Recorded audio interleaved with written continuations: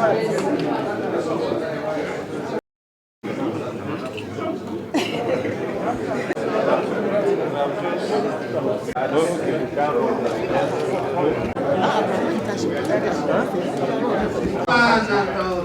Vice President is still standing. Let's take the national anthem. PDP, power to the people.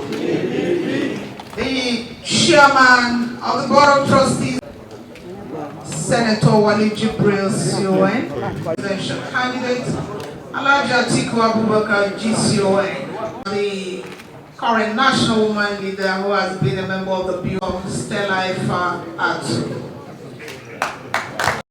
Which members of the Board of Trustees will include former national officers of the party, former president.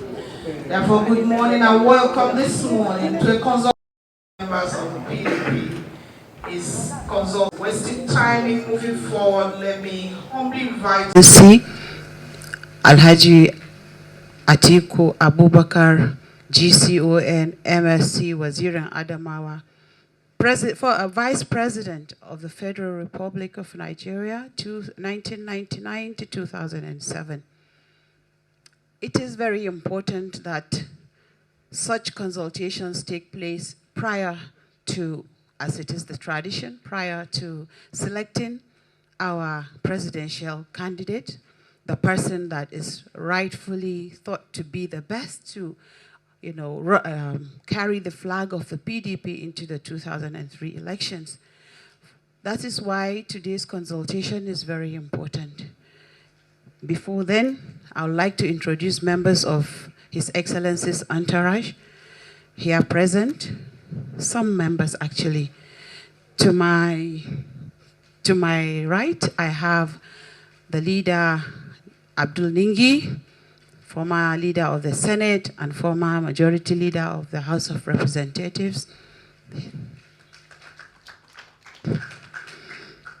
We also have we have His Excellency, former governor of Adamawa State, His Excellency Boni Haruna. Alhaji Atiku Abubakar, Waziran Adamawa, and the Gemule of the Chief Land. The chairman of Board of Directors and the Secretary of Board of Directors, Board of Trustees, our indefatigable woman leader, our professor, distinguished excellencies, members of BOT, members of the Nigerian Press Corps, distinguished ladies and gentlemen. Let me, on behalf of Chief Raymond Dopesi and the principal, welcome you most sincerely to this very august meeting this afternoon, or this morning. It is imperative to note that this is one of our very best outing today. And this is cream de la cream of not only the PDP, cream de la cream of Nigerians. When I came in this morning and I saw the galaxy of PDP stars, I am but delighted that we still have what it takes to come around and take over the leadership of this country. Are not here today. These are, of course, the real founders, the real men and timber of our party. Alhaji Atiku Abubakar does not need any introduction, particularly when he's meeting a group of this nature, because he is also a member of the BOT.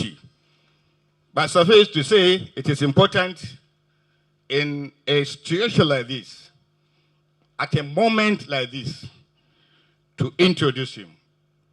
This is the winner of the 2019 election, as far as PDP personnel are concerned. And most Nigerians can attest and acknowledge that Alhaji Atiku Abubakar won the day in 2019, but he was not given the right to take an oath of office. 3 years down the line, here we are. He does not need any material benefit. He's a well-made person. He's a very comfortable person.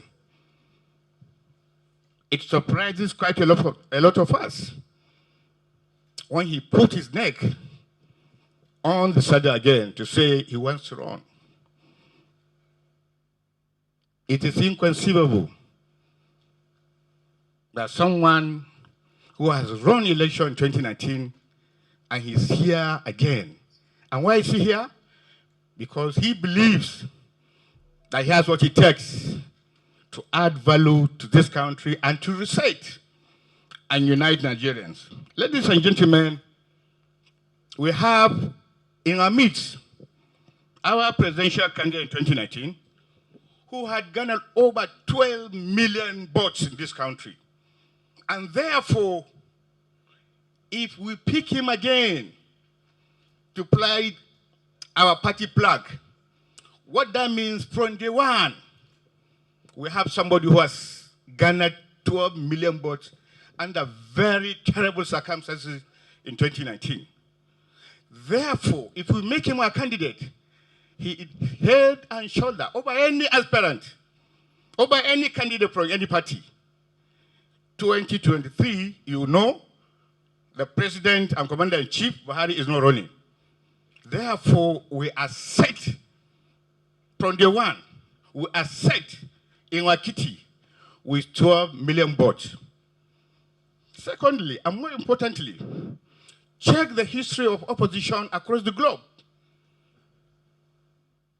Most opposition parties don't survive continuous being out of power for 16 years. Recall the United States.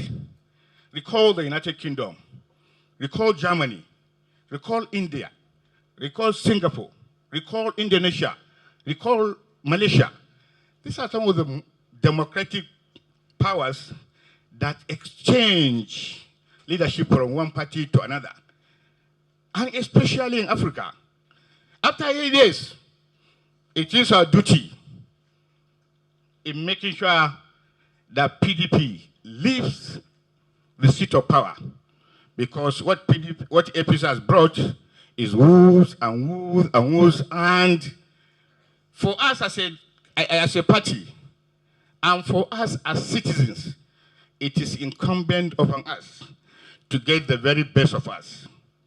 As far as we are concerned, Atiku is not the very best in PDP. Atiku is the very best in Nigeria at the moment. He is dependable. He is experienced. He has the energy and he has the capacity. And he has been a Democrat over 35 years or so. Remember, this is a man who stayed down for MK Abiola. The history of Atiku Abubakar is the history of service for humanity, history of service for democracy. Therefore, for him to put his heart in this ring, we must call all serious-minded PDP people. Forget about those who are abusing him. Our resolve is to reset this country, is to create the opportunity for everybody. Atiku Abubakar does not define you by your ethnicity. He does not define you by your religious vices. He does not define you by where you come from. You cannot define him by being a Fulani man only. You cannot define him by being a northerner only. You cannot define him by just being a Muslim only. He has transcended, in my opinion, all those biases. Distinguished ladies and gentlemen, let me introduce our principal, our candidate, and our president.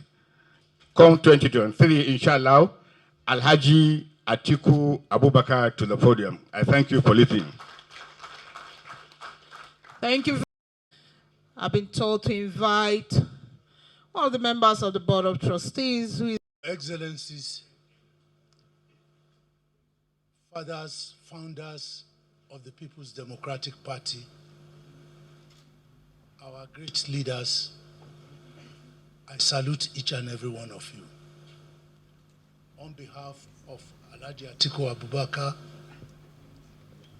and TICOM, kindly permit me to most wholeheartedly thank you all for coming out in this large number to attend this morning's occasion. Let me quickly say that the support, your steadfastness, your commitment to the sustainability of the People's Democratic Party has been very, very resounding, and we need to definitely salute your courage, salute your perseverance in this past almost 8 years of opposition. Our journey to 2023 is one that will be demanding the younger generation of Nigerians will actually be looking up to you to give full commitment and looking up to you to provide the necessary leadership. The journey to that contest of 2023 will possibly start from tomorrow, when you will collectively be approving approving the guidelines of the party's own timetable. You have already seen what INEC has done. If we do not stand on what the founding fathers believed, in one united, indivisible Federal Republic of Nigeria would have sown the seeds of the disintegration of this country. Sentiments and emotions have been brought in by various interest groups. Possibly in politics, it is normal, but it is for you as fathers and mothers of this party to defend what the vision should be and discern it from what the agitations from certain and all quarters appear to be. I'm very sorry that because I'm talking before the elders, I have to be very selective in my words. But let me just state clearly that although the People's Democratic Party is recognized, the events of the last few weeks has not been anything palatable. I'm in the media industry. I interact and receive reports, especially the things that happened in the last 48 hours call for a lot of concern. And you are fathers of this party. We are anxious to win power back. And APC will not fold their hands. They will fight to the last. So we are going into a war. And we need the blessing, the prayers, and the courage of you, the fathers and mothers and owners of the People's Democratic Party. If you fail to stand firmly and defend what the party stands for, then we are all doomed. And may God not let that be our portion. Having said that much, I want to be able to say, like my colleague has said, Senator Ningi, we have before us a Nigerian, not a Fulani man. We have before us an experienced, a well-tutored and confident person that can lead us to victory in the 2023 general elections. We have seen the list of candidates that have shown interest in various parts of the country, but there's none that has his credentials, his experience, his capacity, the Nigerianness in him, and the acceptance internationally and nationally. We only need the support of this House, of the members, the custodians of this party, to fully endorse and support him to be able to move ahead. The Electoral Act talks of consensus, but how do you go into compelling people to surrender their ambition so easily? We are not afraid of that competition, but we are only asking for a level playing ground. We are only asking you, fathers and owners of this party, if you deem it proper, call all the children together, advise them. We must win 2023 elections if this party and future generations of Nigerians will still survive. Finally, sirs and mas,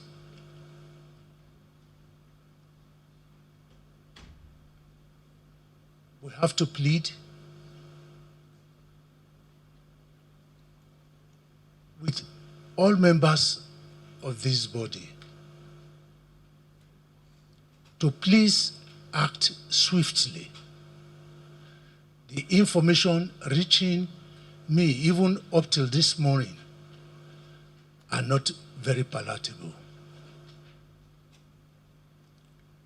We have passed the stage of attempting to divide this party. Information available include rumors that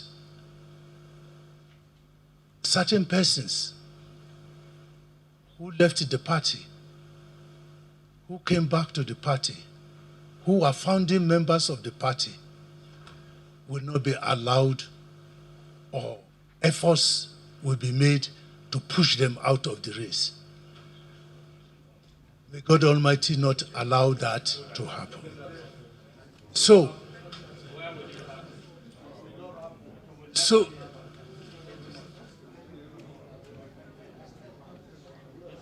I plead with all of you,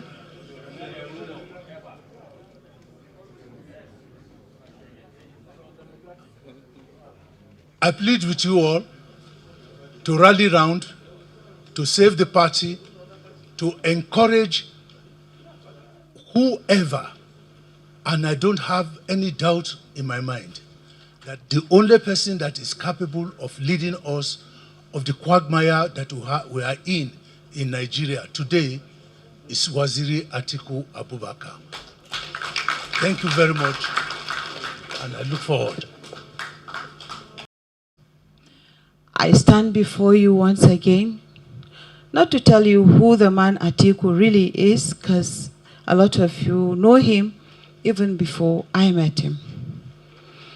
But I just want to re-emphasize the fact that at this time, at this juncture, I think Nigerians should be looking for a Nigerian president, not a sectional president. We should be looking for a Nigerian president who can move us forward, not backwards. We should look within his ability to see what it is that appeals to us that can move the country forward. If you ask me, the first thing I can quickly say is that women have been longing to be included. We've been longing for inclusion. And we have found inclusion not by words, not by promises, but by action. What else are women looking for? Today, I have never in my life thought that I'll be entrusted with the office of the director delegates of a presidential candidate. Coming from the north, coming from the constituency that's been excluded, he has entrusted the whole contest into my own hands to be the driver. What else are women looking for? We did it in 2018, and the first time we delivered, even though many people were doubtful that we cannot deliver. All women are saying is we just need some support to complement your efforts. We are not here to push you out. That's where we get it wrong. We can't do it. We just need a space to call our country our own. It pains us when we see women in other countries excelling. Here in Nigeria, tradition, religion, and so many other things are used to hold us back. We have seen the liberator who can push us forward, propel us forward once we have the capacity, the ability, and the willingness to perform. This is what we are looking for. Then Nigerians are crying for unity. We are divided. We have never been this divided. Here is a man that has a mini Nigeria in his house. What else are we looking for? Will he take Yoruba and leave Hausa? Will he take Hausa and leave Igbo? He needs all of them. We have been yearning that Nigeria is servicing its debt with over 93% of its income. This person that has done it before, as a result, we came up with the Millennium Development Goals. Nigeria's debt was wiped away. What else are we looking for? We can't move if we're servicing debt with 93%. We can't move anywhere. There's no magic.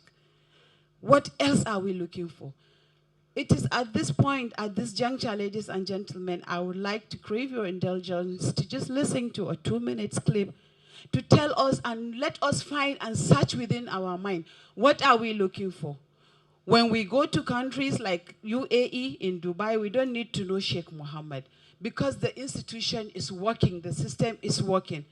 When you go to the United States, you don't want to see President Biden because the institutions are working for all you care is to have a smooth system going and working for you. Then why is it different in Nigeria? Karl Marx has said that religion is an opium of the masses.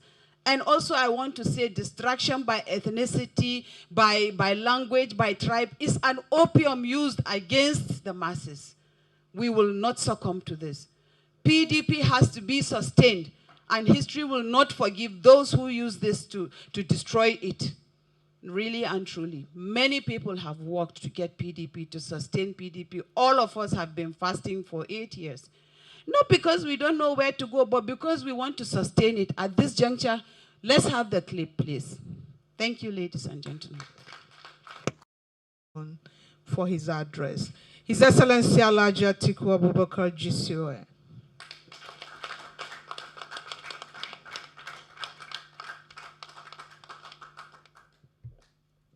Thank you, Chinwe. The Chairman, Board of Trustees, distinguished members of the Board of Trustees, friends, colleagues, distinguished ladies and gentlemen. It's my pleasure today, this morning, to warmly welcome you to the Yaradua Center. Honestly, I have a sense of nostalgia this morning. Why? Simply because some of you, my political and personal relationship have predated even the formation of PDP.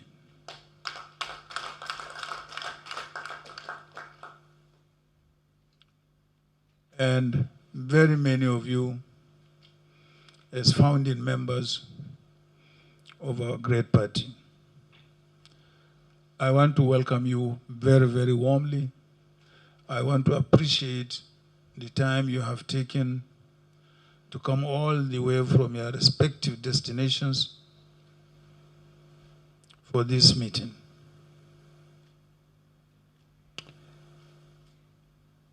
Our party today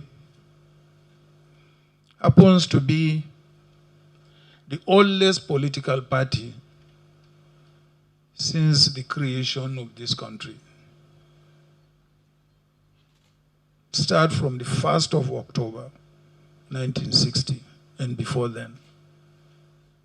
No political party has existed as long as 20 years or as long as the PDP. Therefore, whatever may be the outcome, we have built and left a legacy of political history in this country. And you are part of that legacy. Very many of you were a part of our political success in 1998, 99,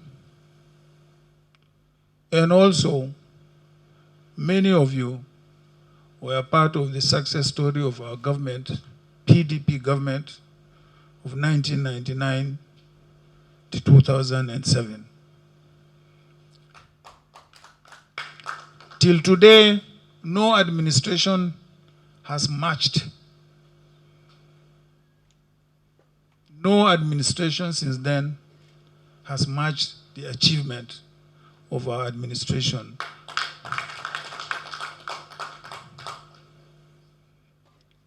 Therefore, you are not only the fathers of our great party, you are also the bedrock of our party and its achievements.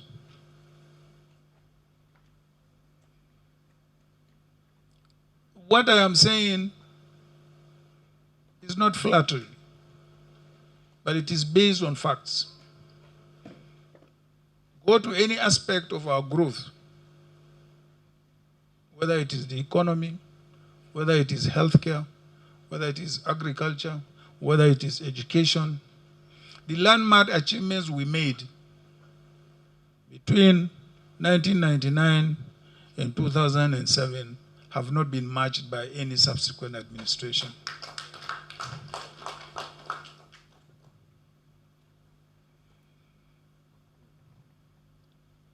Your Excellencies, my friends, my brothers and sisters, we are now at a crucial moment in this history which we have established. A very, very crucial moment. Very many of you here is either we retire together, yes, or we move on together.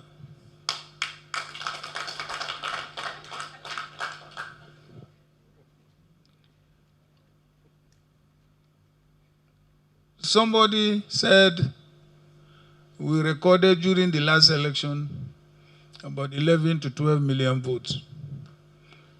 These are not only my votes, these are our votes. Each and every one of you played a part in achieving or recording those 11 to 12 million votes. It's not Atiku. It's all of us. And I believe if we work together again, we can surpass those votes.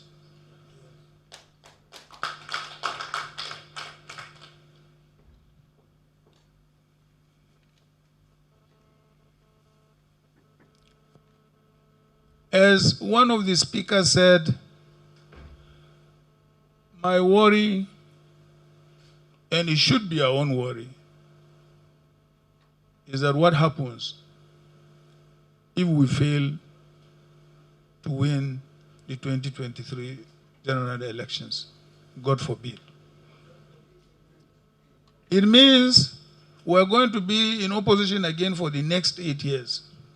By the next 8 years, I don't know how many of us will be left in politics. And it may even ultimately lead to the death of the party, because people gravitate, particularly in developing countries, towards governments. The ordinary people naturally gravitate towards incoming government. So this is a very, very crucial and historical moment in the history and survival of our party. I want you to think about it very well. Yet, people have talked and are talking about power shift or zoning or whatever it is. For sure, as party, we invented and formulated the zoning policy simply because we wanted every part of this country to have a sense of belonging. And I personally have paid my dues as far as that is concerned.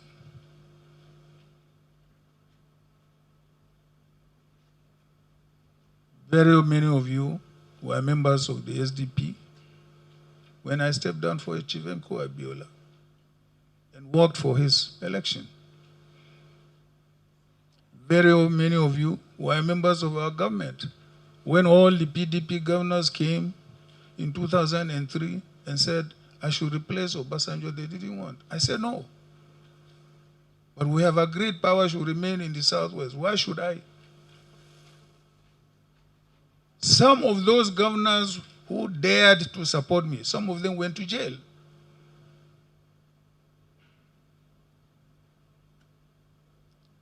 Some of them were kicked out of their offices.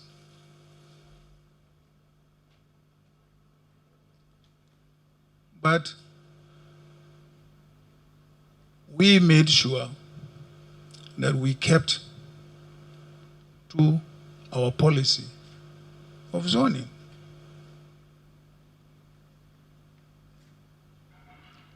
So, therefore, you cannot come and try to imply that the PDP has not been following the zoning policy. In the how many years of PDP government? 8 years. President Obasanjo, 6 years, President Jonathan. All of them were from the South. So we should not be stampeded by the opposition party. They have a moral obligation which is inescapable. We don't.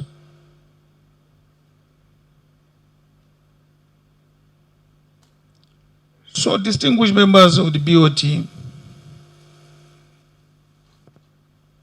we have to take all this into consideration.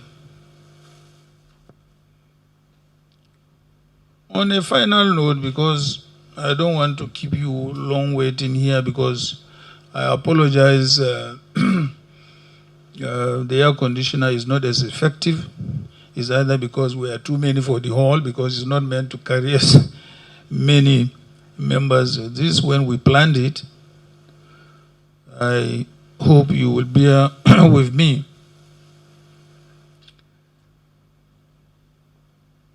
Now, I want to tell a little story about this very place.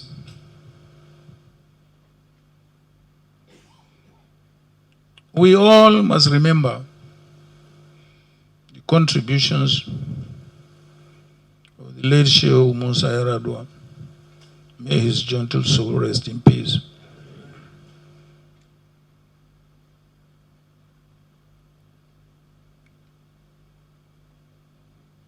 After his demise, and I happened to find myself in government, I was on an official visit to the United States. And I visited Atlanta. And I was taken to the King Center. We all can remember the civil rights leader, foremost of the United States, the late Martin Luther King. I went around the center And I saw how he was being remembered. I came back to Nigeria and I told the president that, look, I have seen the King Center and I want to spearhead a committee of friends to set a similar center in memory of the late Shehu Musa Yar'Adua. The president said, go ahead.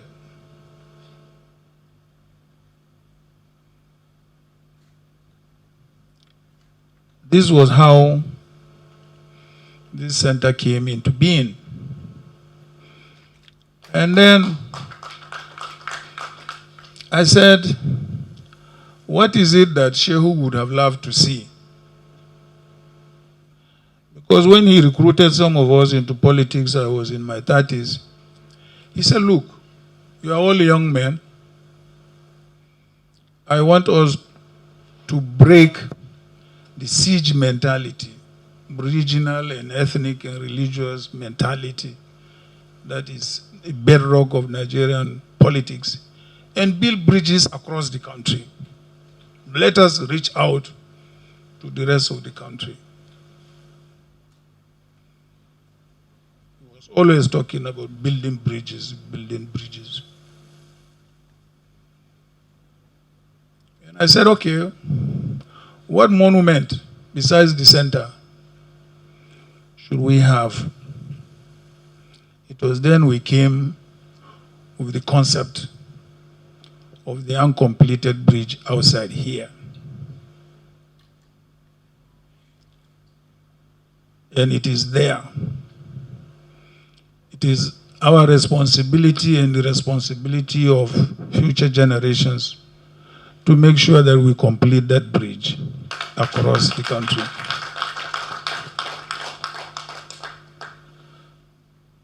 So that's the story of the uncompleted bridge, because many people, when they come and they visit around and so on and so on, they say, what of this bridge? It is Shehu's vision of building bridges across the country. Please join me in building bridges across this country.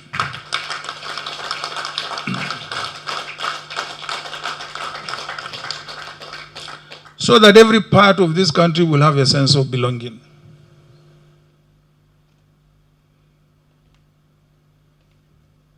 The Southeast said they have not been given a chance. I said, I protested against the violation of the zoning policy in 2007. And together with my friend Bola, we set up AC. We went to Lagos, he gave me a ticket. He said, but the condition of giving me that ticket is that I should make him vice president. I said, no. I'm not going to make you vice president. Instead, I nominated Senator Ben Obi, who's seated here. Of course, again, in 2018, when I got the ticket,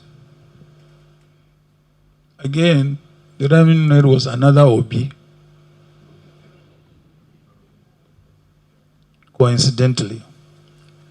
So there is absolutely no reason, as far as I'm concerned, to say that there are either deliberate attempts to exclude the Southeast in the political participation or power sharing in this country. I thought I should disabuse the mind. Of course, the enlightened political class know that from the southeast. I don't think there is any, as far as this party is concerned, as far as we are concerned, I don't think there is any deliberate policy to exclude any part of this country in power sharing.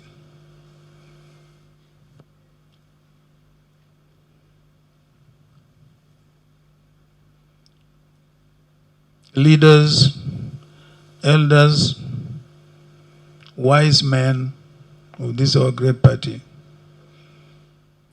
I now wish to call on you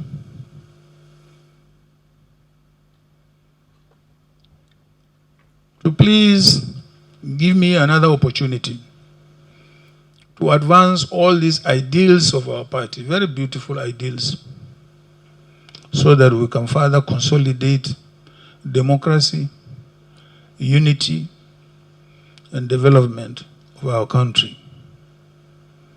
I cannot thank you enough for coming and for staying in this warm room. I wouldn't want to say it's hot, because it's not as hot as Jigawa, or not as hot as Yola. So once again, God bless you all. I thank you very much for coming. And may we have a successful convention which will be in the interest of our party and the country. Thank you very much.